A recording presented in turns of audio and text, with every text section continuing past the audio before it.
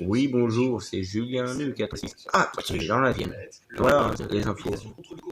Ils ont pas le temps qu'on a un virus de merde, hein, ils arrêtent pas de ça commence à être gonflant quand même. Oui, ben on s'en fout. Ouais. On va mourir, on va mourir, on va crever. On va crever. Ouais.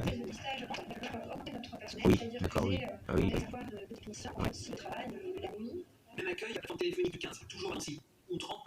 Pas possible, ça, putain, mais... Coronavirus, tout le temps, tout le temps, tout le temps. Il parle que de ça, que de ça.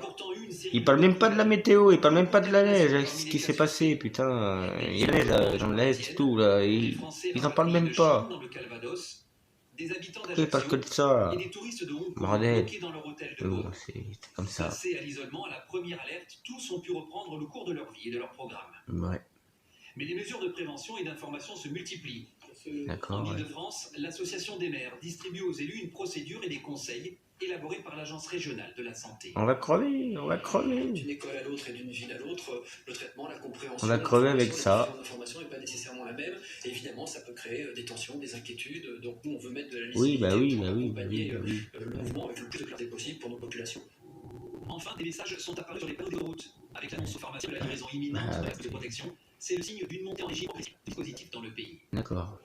Revenons un instant sur la manière dont les personnes contaminées sont identifiées. Alors encore, il parle que de ça, c'est pas possible. En quoi consiste-t-il exactement? Sont-ils fiables? Putain, merde alors. Laura répond à toutes ces questions. Oh là là, oui, allez.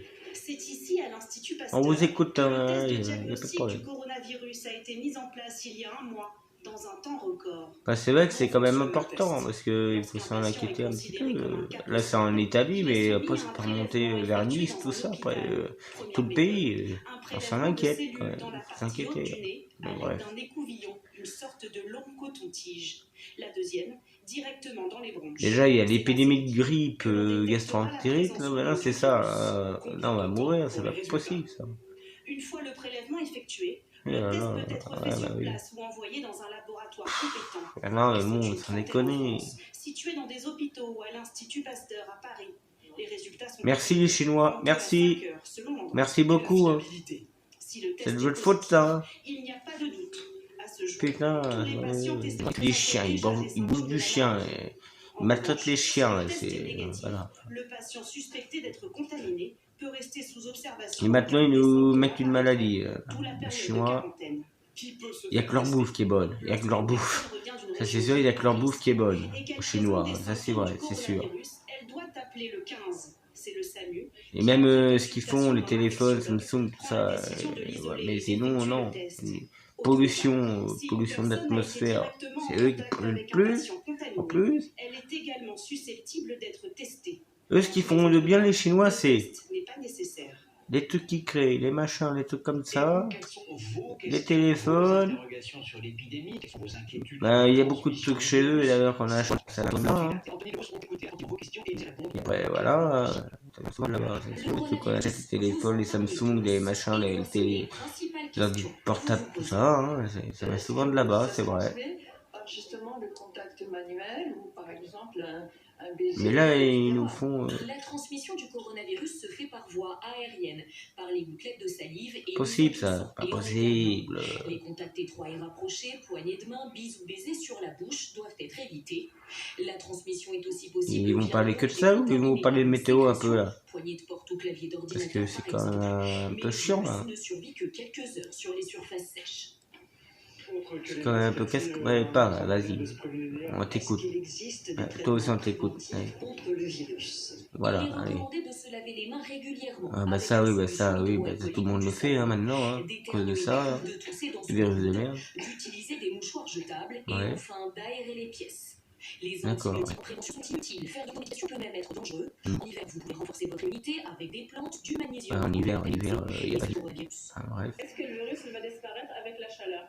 Il est encore trop tôt pour prédire l'évolution de l'épidémie. Si j'espère, oui, plutôt. Avec le retour et l'arrivée du printemps, les chercheurs ne peuvent pas. L'arrivée du printemps, c'est déjà le printemps d'avance. Quels sont les risques pour ma fille qui fréquente une école internationale? International ou pas, aucune différence. La règle est la même pour tous les enfants de la crèche lycée. S'ils reviennent d'une zone à risque, ils doivent rester confinés chez eux pendant 14 jours. D'accord. Bonsoir, docteur Gérald Kerzak. Vous êtes un médecin urgentiste, visage familier de nos téléspectateurs. On parlait de météo, on parlait de la mer, là. Je voulais vous poser deux questions très Oh, simples. pas de météo. Peut-être après. Peut-être après. Positive à ce coronavirus, de quoi souffre-t-elle exactement et avec quel médicament la soigne? Le coronavirus, Le coronavirus. cas de figure qui est Tant, dans hein, l'immense c'est majorité bon. des cas, il faut bien le rappeler.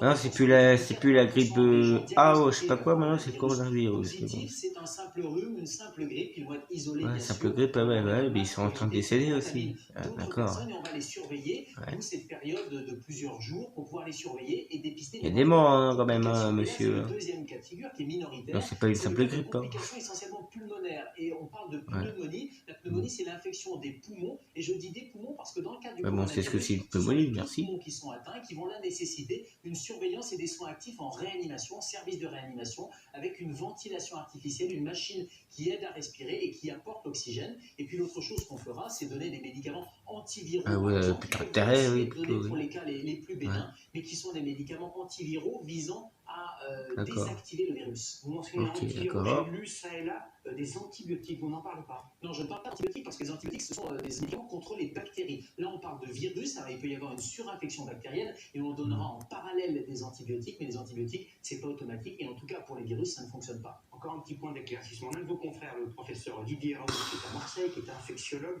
a fait c'est pas possible. L'efficacité de la chloroquine, c'est un médicament contre le paludisme, dans le traitement du coronavirus. Est-ce que ça veut dire qu'on a trouvé contre ce virus le traitement? Ah, ça déconne là, c'est le vent, c'est le vent qu'il y a dehors, hein. Il y a du vent. Oui, il y a du vent, voilà, je vais la faire, il y a beaucoup de vent.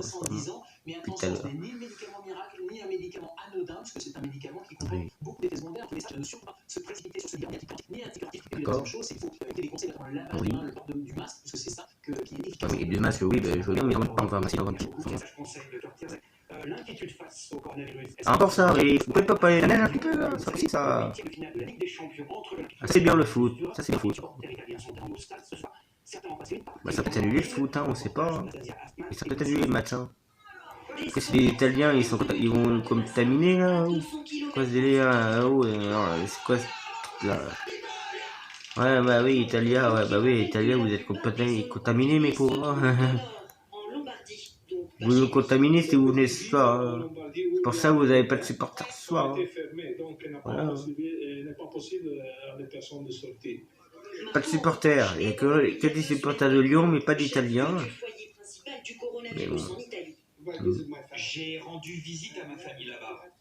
Les habitants doivent rester chez eux, faire des réserves d'eau. C'est vraiment terrible ce qu'il se passe là-bas. Bah oui, c'est oui. Bah, ça, Vous oui. avez votre masque, vous? Pour être honnête, je l'ai oublié. J'allais crever, On les va pauvres. s'approcher du stade pour voir si on peut trouver une Non, je vous souhaite pas non plus de crever.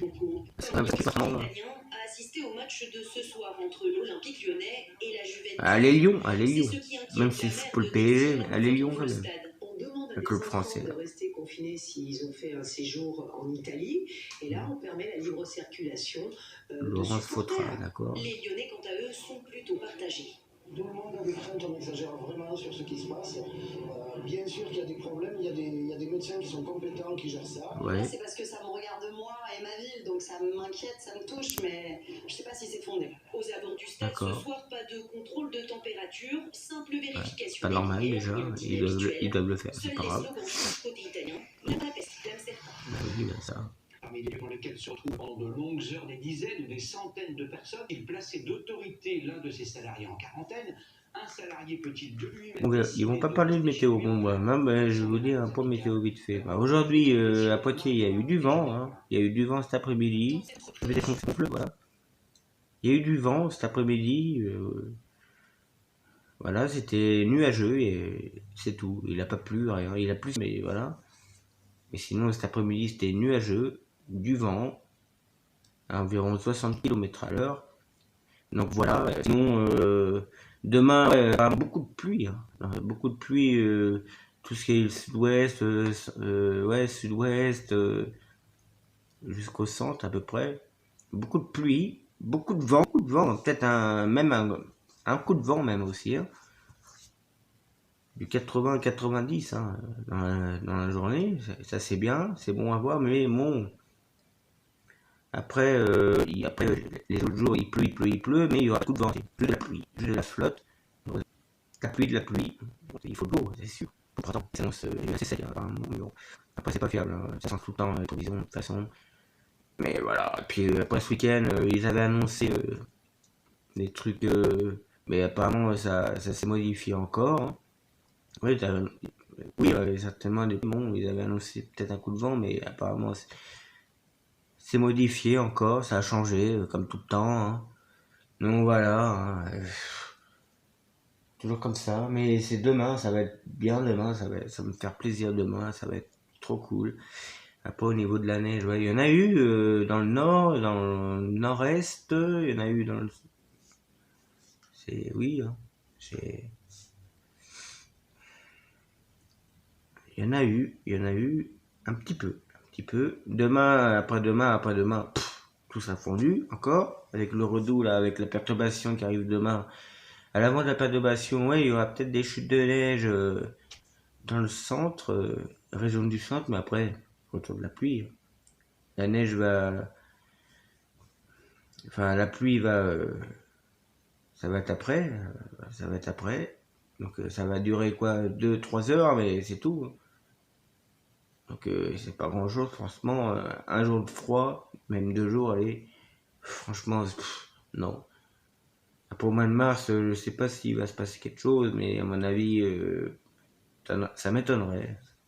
On sait pas, on va voir encore les giboulées. Hein. On peut encore les giboulées, mais bon, non. Franchement, non. C'est vraiment pas... Franchement, on a eu vraiment un hiver pourri, un hiver de merde, c'est pas possible d'avoir un hiver comme ça, mais bon, c'est comme ça. Mais j'espère que cet été, il y aura quand même plus d'orage que l'été dernier, hein, parce que cet été, on a presque rien eu. Hein. J'espère qu'il y en aura plus. Est-ce que pas de canicule? Alors, ça, pas de canicule. Parce que là, non. Pas de canicule, non. J'espère qu'on n'en aura pas. Hein. Mais après, ça, il faut pas désespérer, mais il faut pas espérer non plus. Hein. Mais bon, c'est ça, il faut voir. Pas de canicule, s'il vous plaît. Ça serait pas mal, ça serait bien même. Des orages. Ça sera mieux quand même.